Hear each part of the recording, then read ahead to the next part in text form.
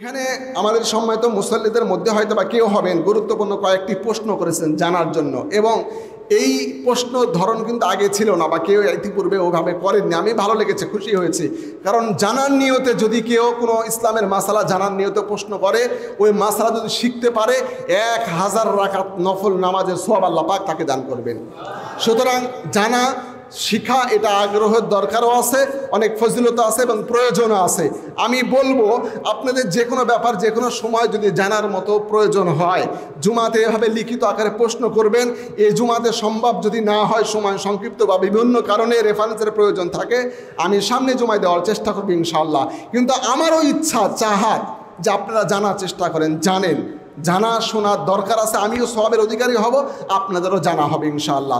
সম্মানিত মুসলমান, সময় শেষ, তারপরে আমি বলছি এবং এটাও বলি এই সম্পর্কে কিন্তু সামনে জমায় আলোচনা হবে। এখানে কুরবানির মাসালা জিজ্ঞাসা করা হয়েছে। 1 নম্বর জিজ্ঞাসা করেছে, হুজুর কুরবানির ভাগ সম্পর্কে, কয় ভাগে কুরবানি দেওয়া যায়, এই বন্টনের পদ্ধতি সম্পর্কে জানাবেন। সংক্ষিপ্ত করে বলে দিই, সামনে জুমায় বিস্তারিত আলোচনা করব। আমরা 7 ভাগে কুরবানি দিই, 1 থেকে নিয়ে 7 পর্যন্ত প্রত্যেকটা সংখ্যায় কুরবানি দেওয়া যায়। আমরা অনেকে মনে করি যে 2 ভাগে দেওয়া যায় না, মানে প্রচলন কিন্তু আছে বেজোড় সংখ্যায় কুরবানি দিতে হয়, 1, 3, 5, 7, এটা কিন্তু সহি নয়। আপনি 1 ভাগেও দিতে পারেন, 2 ভাগেও পারেন, 3 ভাগে, 4, 5, 6, 7 পর্যন্ত ভাগে কুরবানি দিতে পারবেন, কোনো প্রবলেম নাই। কুরআন এবং হাদিসের রেফারেন্স আছে, আগামী জুমায় বলবো ইনশাআল্লাহ। এরপরে আরেকটি প্রশ্ন করেছে, কুরবানির মাংস 3 ভাগ করে সমাজ প্রধানের নিকট জমা দিয়ে অথবা সমাজের ওই মাংসের ওপর ভাগ বসায়। আচ্ছা, আমি যতটুকু বুঝেছি সেটা আমি বলি। আমাদের প্রচলন আছে কি, যে ওই যে সামাজিকভাবে যখন কুরবানি দেওয়া হয়, গোশতগুলোর সমাজের মধ্যে হয়তো বা জমা দেওয়া হয়, জমা দেওয়ার পরে ওখান থেকে ভাগ করে বন্টন করে। এখানে পদ্ধতি বেশ কয়েকটা আছে। একটা পদ্ধতি এই, আচ্ছা আলোচনাগুলো লম্বা হয়ে যায়, আমি কি শেষ করে দেবো, আগামী জুমায় বলবো, আপনারা বলেন। তাহলে আগামী জুমায় এই ব্যাপারগুলো নিয়ে আমি আলোচনা করব। 24 বাজে, কি করব, বলবো না সংক্ষিপ্ত করে বলে দেবো? 5টা প্রশ্ন আছে, বলে দিই। আলহামদুলিল্লাহ, আপনাদের আগ্রহ আছে, খুশি হলাম। আচ্ছা, তাহলে 2 নম্বরটা, এই যে সমাজকে আমরা গোশত দিয়ে দেই, এখানে সমাজকে গোশত দেওয়া, সমাজের পক্ষ থেকে ভাগ করে নেওয়া, এটা কিন্তু সামাজিক নিয়ম। কথা বলেন ঠিক কিনা? এটা আপনার সমাজ আছে, আপনার সমাজের নিয়ম ওইটা বানাইছেন, মূল নিয়ম কিন্তু এইটা না। গোশত বন্টনের ক্ষেত্রে সুন্নত পদ্ধতি হলো 3টা। আপনি 3 ভাগে, আমি এই প্রশ্নগুলো লিখেছিও বাসায়, আগামী জুমায় নিয়ে আসবেন ইনশাল্লাহ। 3 ভাগে ভাগ করে 1 ভাগ নিজে খাবেন, 1 ভাগ আত্মীয় স্বজনদেরকে দিবেন, 1 ভাগ গরিব মিসকিন অসহায়দেরকে ভাগ করে দিবেন, বিতরণ করে দিবেন। এইটা হলো সুন্নত পদ্ধতি। আল্লাহ পাক এই ব্যাপারে কুরআনের আয়াতও বলেছেন।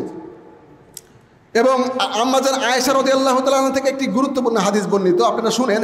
হাদ্দাসানা আয়েশা রাদিয়াল্লাহু তাআলা আনহা কলেন নবী সাল্লাল্লাহু আলাইহি ওয়াসাল্লাম, কুলু, তোমরা কোরবানি গোশতটাকে খাও, ওয়া তাযাওয়াদু, এবং তোমরা অতিথিকে খাওয়াও, পাশাপাশি ওয়াদ্দাখিরু, এবং তোমরা গরিব অসহায়দেরকে বিতরণ করো, সংরক্ষণ করো যেন অতিথিদেরকে খাওয়াতে পারো।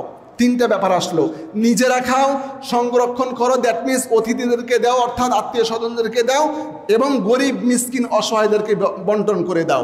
এখন আপনি কমন সেন্সে বুঝেন, আপনার গোশতটা যদি সমাজের ওই জায়গাতে দিয়ে দেন, ওই সমাজের জায়গা থেকে নিয়ে সঠিক পদ্ধতিতে বন্টন হবে কিনা এটা আপনি জানেন, আমি জানি না। আমার যেটা হাদিস কোরআনের আলোকে ছিল, 3 ভাগ সুন্নত নফল, এই 3 ভাগে 1 ভাগ আপনি খাবেন, 1 ভাগ আত্মীয় স্বজনকে দিবেন, আর 1 ভাগ গরিব মিসকিন অসহায়দেরকে দিবেন। এ সম্পর্কে বিস্তারিত সামনে ইনশাল্লাহ বলবো। 3 নম্বর প্রশ্ন করেছেন, কসাই দ্বারা কুরবানির কারবার করানো হয়, তার পারিশ্রমিক কি ওই মাংস হতে প্রদান করব? গুরুত্বপূর্ণ প্রশ্ন। আপনি যদি কসাই দিয়ে কাজ করে নেন এবং পারিশ্রমিক হিসাবে গোশত দেন, আপনার কুরবানি হবে না, খোলাসা কথা। কসাইকে তার পারিশ্রমিক আলাদা মিটকুট করে আলাদাভাবে দিবেন। ইভেন এখানে আরেকটা কথা বলে রাখি, আমরা হুজুরেরা জবাই করি, আমাদেরকে অনেক সময় গোশত দেন, আমি গোশত দিতে নিষেধ করছি না, আপনি হুজুরকে ভালোবাসেন, দিতেই পারেন, সমস্যা নাই। কিন্তু ওই যে জবে করলাম, ওই জবে করার পারিশ্রমিক মনে করে দিবেন না। বাংলাদেশের বাংলা ভাষা আমি কথা বলতে চাই, মানে এখানে খোলাসা, মানে গোপন করার কিছু নাই। প্রত্যেক হুজুর জবে করার পরে কিন্তু মনের ভিতরে একটা আশা চিন্তা ভাবনা থাকে, আমাকে কিছু হলেও জবের পারিশ্রমিক দিবে। কথা বলেন ঠিক কিনা? আমি হুজুর বলে আমি লজ্জা করে বলবো, বিষয়টা এমন নয়।